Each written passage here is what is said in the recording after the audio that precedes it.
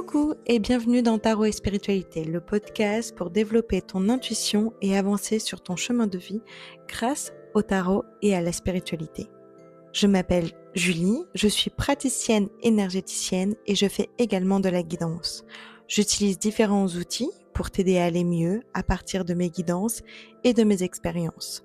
Ce qui me passionne dans le tarot de Marseille, c'est l'infini de combinaisons qu'on peut faire avec un simple jeu de cartes. Je suis trop contente d'enregistrer ce podcast 8 sur la thématique de l'impératrice. Au moment où je vous parle, je suis en freestyle sur ce podcast complet, où devant moi il y a l'impératrice et l'empereur. Car malheureusement, on ne peut pas parler de l'impératrice sans l'empereur. Et ce n'est pas une blague. Les deux vont ensemble, comme un duo, un couple, empereur, impératrice, impératrice, empereur. Je vous parle de l'impératrice parce que ces derniers temps, dans mes tirages, l'impératrice est ressortie plusieurs fois. Alors, dans mon jeu, elle ressort comme Athéna, puisque je l'associe à la déesse Athéna dans la version mythologique grecque. Elle est une femme forte, une femme qui dirige, une femme qui a toutes les qualités d'Athéna, ainsi que tous ses défauts. Et alors, dans ces derniers tirages, l'impératrice ou Athéna sortait comme quelque chose de très négatif. Et j'avais envie d'explorer l'impératrice autrement pour sortir de ce côté négatif et pour en voir aussi la lumière. Athéna ou l'impératrice sortait dans mes tirages comme cette femme forte, cette femme guerrière, cette femme prête à tout pour s'en sortir.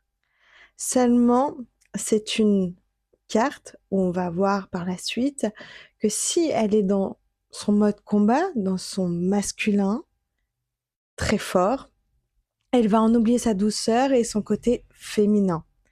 Et c'est là où il est important de jauger avec cette carte, cette dualité très forte entre le féminin et le masculin, qui est rappelée en fait par le tarot de Marseille avec la carte impératrice et empereur.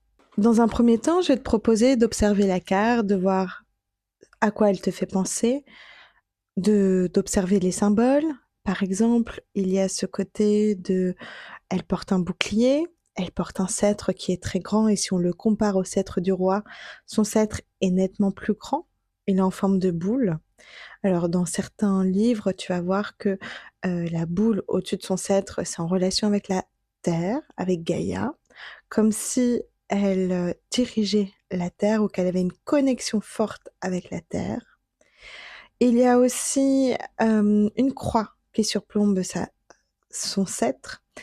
Je ne sais pas si en lien avec les croisades, la religion, mais on peut voir en dessous de ce sceptre, si tu regardes tout en bas, en dessous du coude de l'impératrice, une sorte de bénitier. Je ne sais pas non plus si c'est un bénitier ou pas, mais c'est en forme de coquillage. Et j'ai l'impression que le sceptre associé à ce coquillage qui est en dessous, c'est une forme de bénédiction pour tous les choix. On va dire que tu as le pouvoir et tu es dans ton droit, dans ton juste droit pour avancer. Même si l'impératrice paraît calme et elle ne bouge pas, on a cette sensation où c'est béni, où tu es accompagné, où c'est suivi, où ce que tu vas entreprendre, si tu as ce qu'il faut en toi pour entreprendre. Ce n'est pas une carte comme ça au hasard, comme pourrait être sortie le mât par exemple. C'est une carte qui sait où elle est, où elle va, parce qu'elle a pris conscience de sa valeur et qu'elle bénit toute chose qui va arriver sur Terre. Là, c'est le côté un peu religieux. Dans une autre main, l'impératrice tient un bouclier avec un aigle dessus. Je ne sais pas si le bouclier et l'aigle sont deux objets à part entière ou si l'aigle est encore en vie parce qu'on sent bien que la main de l'impératrice palpe l'aigle et que le bouclier est tenu peut-être par le coude. Et alors, on remarque sur ce bouclier, ou cet aigle qui est détaché du bouclier, il ne faut pas oublier que les cartes de tarot étaient dessinées au Moyen Âge et l'idée de perspective n'existait pas. Donc finalement, on ne sait pas ce qui se passe en premier plan, en arrière-plan, tout est plat. Et du coup, ça nous donne, en tant que spectateur, mais en tant que personne qui regarde la carte, une infinie de possibilités par rapport à cette perspective. Et j'ai toujours eu l'impression que cette main tenait l'aigle, et j'ai mis du temps à voir ce bouclier qui est apparu dans mon esprit bien plus tard. Mais si on observe cet aigle, on voit qu'il y a une aile qui est pas complètement développée. Et on sent déjà qu'il y a une forme de protection entre l'impératrice et cet aigle. Il y a comme je ne suis pas encore terminée, je suis en transformation, je suis en devenir, j'ai encore besoin de temps pour avancer, pour me montrer au monde. Mais cependant, j'ai tout ce qu'il faut, j'ai la protection nécessaire pour grandir en sécurité vu qu'il est dans un bouclier. Continuons dans la symbolique de l'impératrice sans trop se perdre. Nous avons dans le tarot de Marseille type Jodorowsky-Camoin une petite feuille qui sort en dessous de sa main qui tient le sceptre. Il est dit ou on peut prétendre ou on peut imaginer que l'impératrice est enceinte, qu'elle garde en secret quelque chose qui est en train de germer. Personnellement, je ne l'ai jamais vue très grosse, mais dans beaucoup de jeux, surtout le tarot Rider-Waite-Smith, on voit une femme enceinte gonflée à bloc, si je peux me permettre.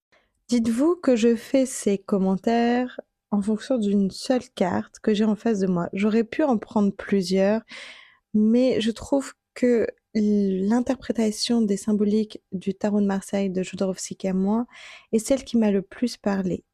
Mais cela entraîne d'autres valeurs et quand vous aurez votre propre jeu, vos propres cartes, il y aura peut-être d'autres symboles. À vous d'observer ce qui vous saute aux yeux ou ce qui vous interpelle le plus. Petite parenthèse faite, on voit au niveau du chakra du cœur dans l'impératrice une sorte de tente, d'ouverture, de triangle.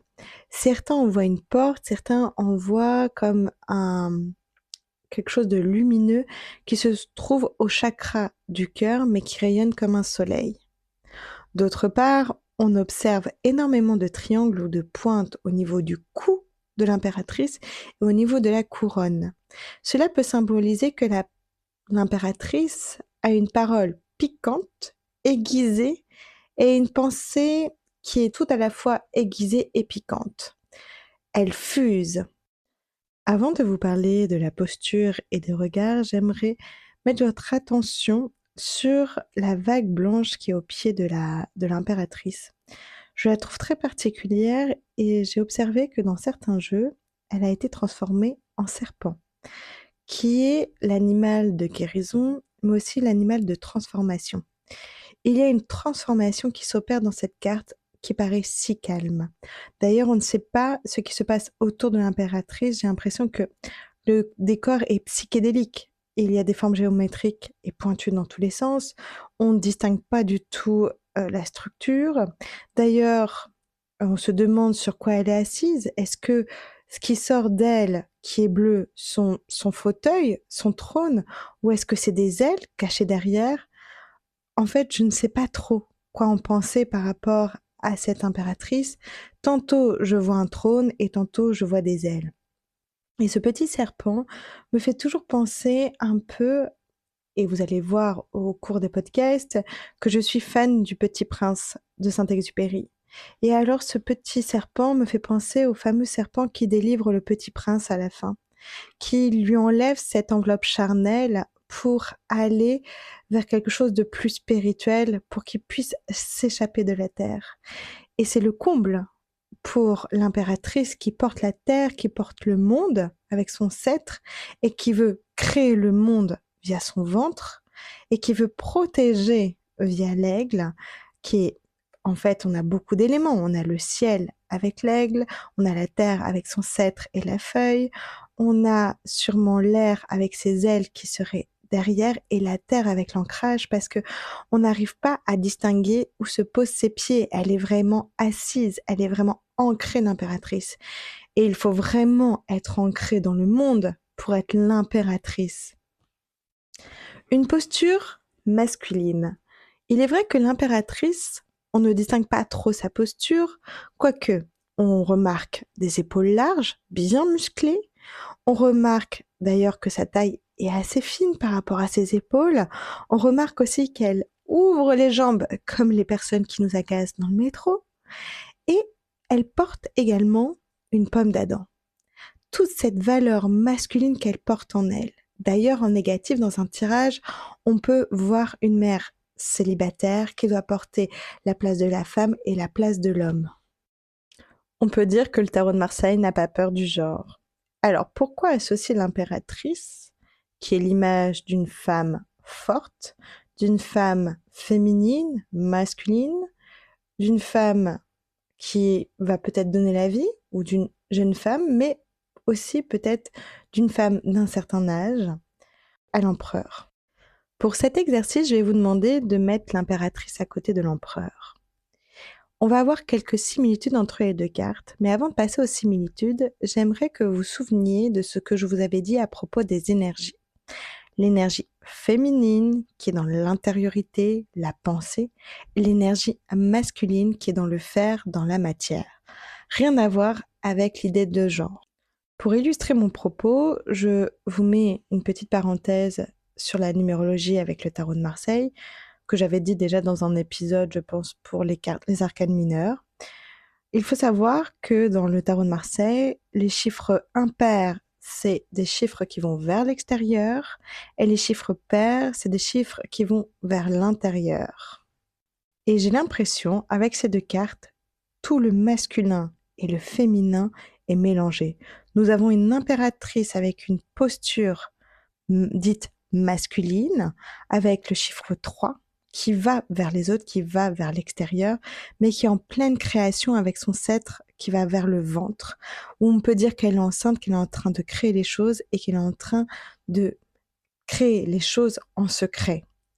Alors, si on voit son voisin d'en face, qu'elle regarde, qui lui rend son regard, il est complètement tourné vers l'impératrice et limite, ils vont boire un verre, ils vont chiner avec leur sceptre. Et alors, on a ce côté 4 de chiffres d'intériorité qui ne bouge pas, qui est dans l'introspection, pour l'empereur avec une posture d'un homme qui croise les jambes, il a une jupette, il se tient la hanche, il a aussi un aigle ou une aigle qui pond un œuf. Donc je trouve que tous ces symboles qui sont mélangés entre l'impératrice et l'empereur font qu'ils sont ensemble. Non pas parce qu'un homme doit être avec une femme ou une femme avec un homme, c'est parce que dans la symbolique du genre, dans la symbolique du féminin et masculin, tout est mélangé, tout peut s'interchanger. Et je trouve que c'est une belle leçon que peut nous apporter le tarot de Marseille. Cela montre que peu importe comment tu exprimes le genre féminin ou masculin, tu as besoin des deux pour trouver ton équilibre. Tu as besoin de ton côté intériorité dit féminin pour exprimer ton masculin qui est dans l'extérieur, dans le faire, dans la création, dans la matière. L'un ne va pas sans l'autre.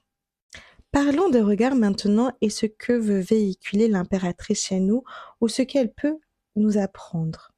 L'impératrice a tendance à regarder, alors ça dépend comment on se positionne, mais moi je dirais du coup, j'ai mis un temps pour réfléchir, elle regarde à gauche si elle est en miroir, mais elle regarde à droite si elle est en face de nous. Enfin bref, en gros, si on prend la posture de l'impératrice, elle regarde à gauche. Très difficile pour moi, gauche-droite. Et alors, essayez ne serait-ce que de détourner votre regard sur la gauche. Je trouve ça très compliqué à faire. Et essayez de comprendre la position, dans quelle position vous êtes si vous êtes assise en train de regarder à gauche. Je trouve qu'il y a un côté où on n'est pas trop à l'aise de regarder. C'est un peu comme quand on regarde des personnes qu'on veut observer sans montrer qu'on les observe. Et puis, il y a ce côté sceptre. Où est-ce qu'il est par rapport à sa vision? Est-ce qu'elle lui bloque pour voir la vision? Est-ce qu'elle regarde ce sceptre? Ou est-ce que son regard va vers cet empereur qui est le 4? Telle est la question. Mais une chose est sûre, c'est que l'impératrice est concentrée sur quelque chose que nous ne voyons pas. Et son aigle est concentré de l'autre côté. C'est-à-dire que les deux personnages sur la carte sont concentrés tantôt dans le futur, tantôt dans le passé, mais ne sont pas dans le moment présent.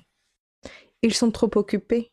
Ils observent ce qu'ils ont appris pour grandir, version l'aile de l'aigle, et ce qu'il faut faire pour grandir peut-être plus vite ou au mieux, quelle est l'étape d'après.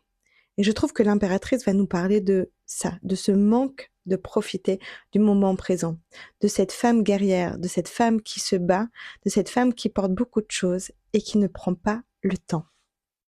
Avant de vous proposer la petite méditation associée à l'impératrice, je vais donner quelques indications si elle sort en tirage. Alors, si on sort en tirage en positif et que vous avez décidé que l'impératrice est dans une carte, vous avez dit ça c'est la carte positive, ce qu'elle apporte en positif, tout ça.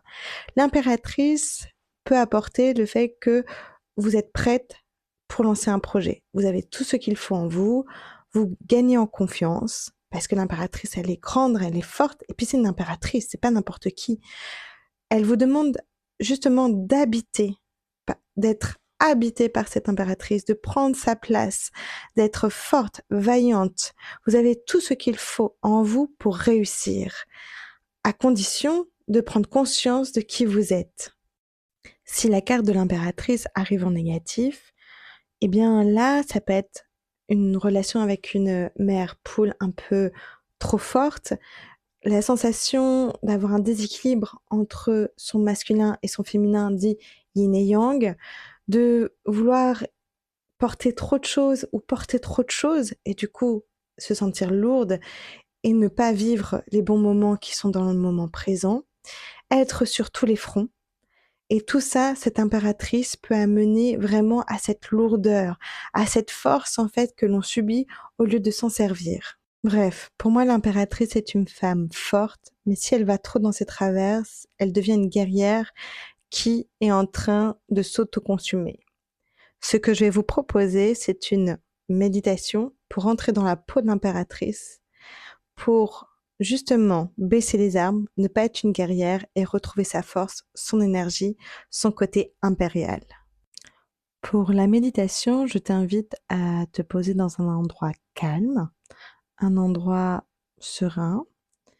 Si tu peux prendre la position de l'impératrice, assise, les jambes écartées, les pieds sur le sol, une main posée sur le ventre, le nombril, et une autre main mise plutôt sur le côté. Alors, si tu peux même prendre la posture et visualiser que tu tiens quelque chose avec ton coude, donc ça serait le droit.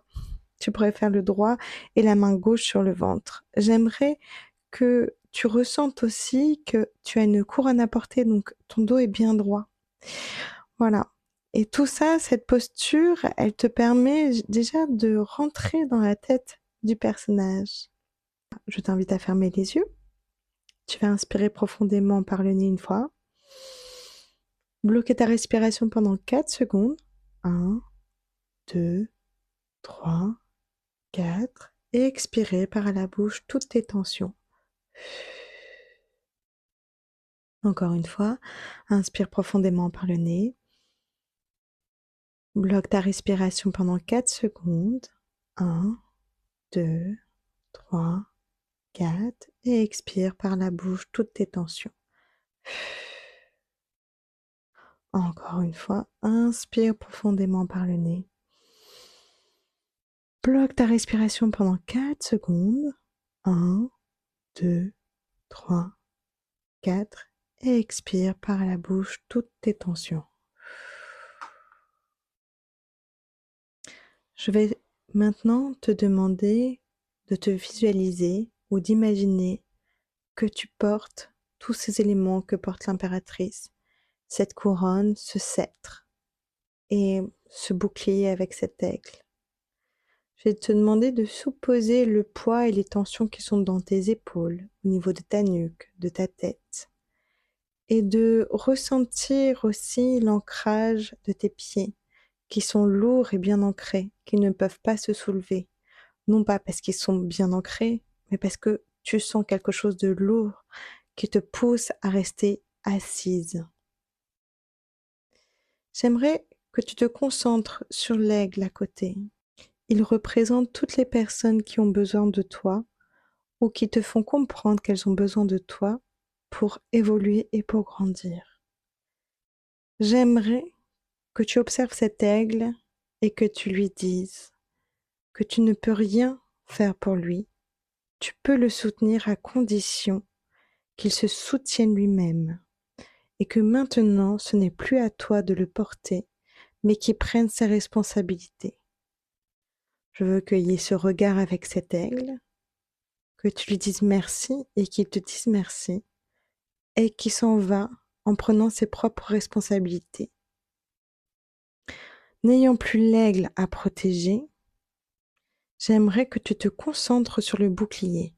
Que protège ce bouclier? Est-ce qu'il protège une partie de toi?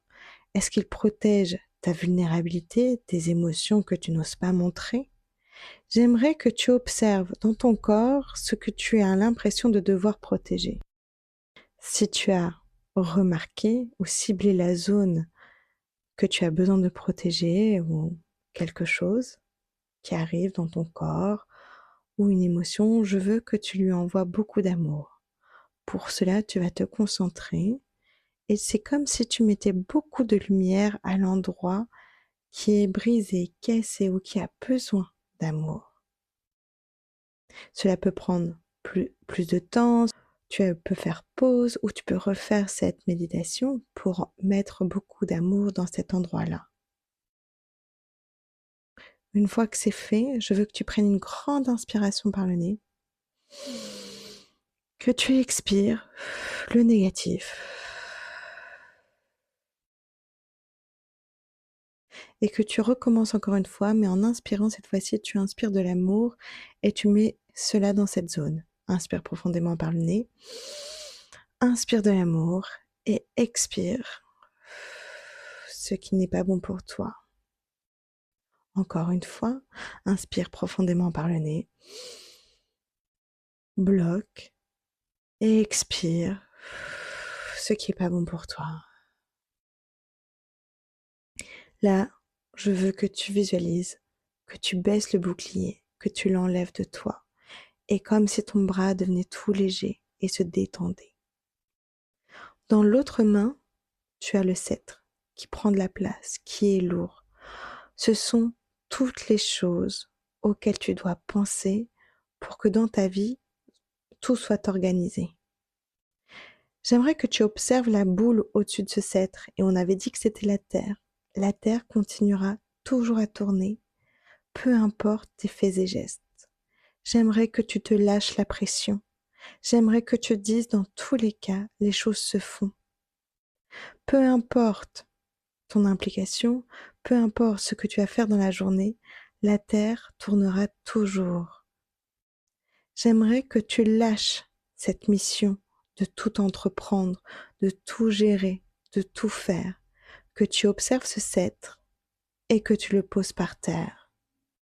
J'aimerais maintenant que tu ressentes ce qui se passe au niveau de tes épaules maintenant que tu as lâché le sceptre. Est-ce que c'était facile pour toi de le lâcher? Est-ce que tu as réussi à le lâcher? Cela en dit beaucoup sur le fait que tu n'arrives pas à lâcher prise sur les choses de ton quotidien. La troisième chose qui est pour moi important à travailler avec l'impératrice, c'est la couronne.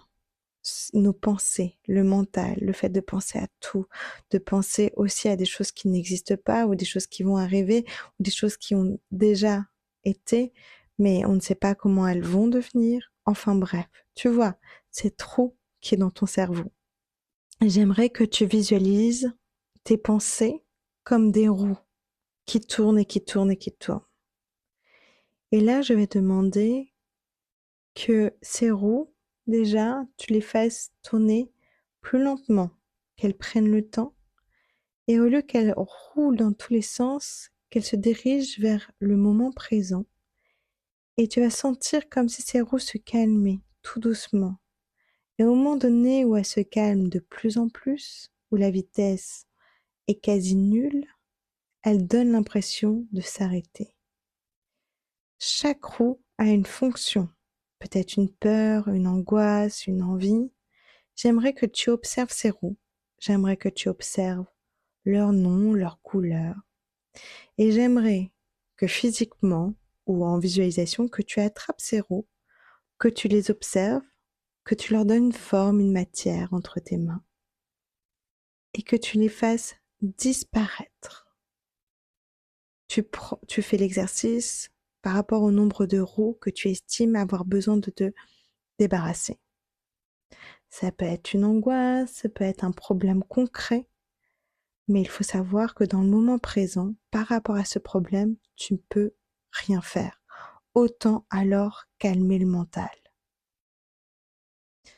À toi de travailler avec les petites roues qui sont dans ta tête pour mettre sur stop et toi être en pleine présence avec ta respiration.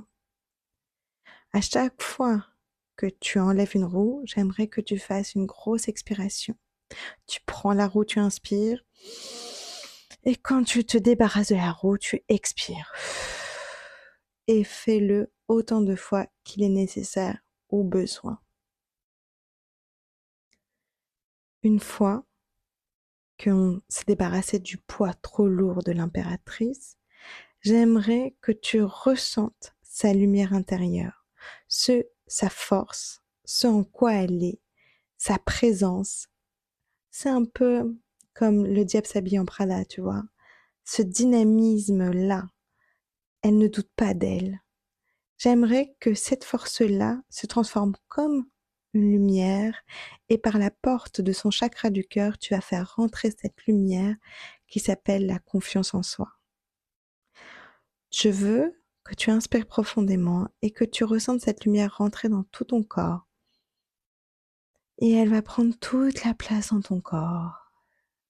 Encore une fois, tu inspires toute cette lumière et toute cette confiance. Je veux que tu mettes cette lumière jusqu'au bout des ongles, jusqu'au bout des cheveux, pour briller cette confiance de partout, pour prendre possession de ton côté impératrice de façon positive.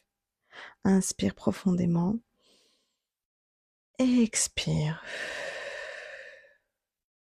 Tu vas inspirer encore une fois toute cette énergie et à l'expire, tu pourras rouvrir les yeux, revenir ici et maintenant.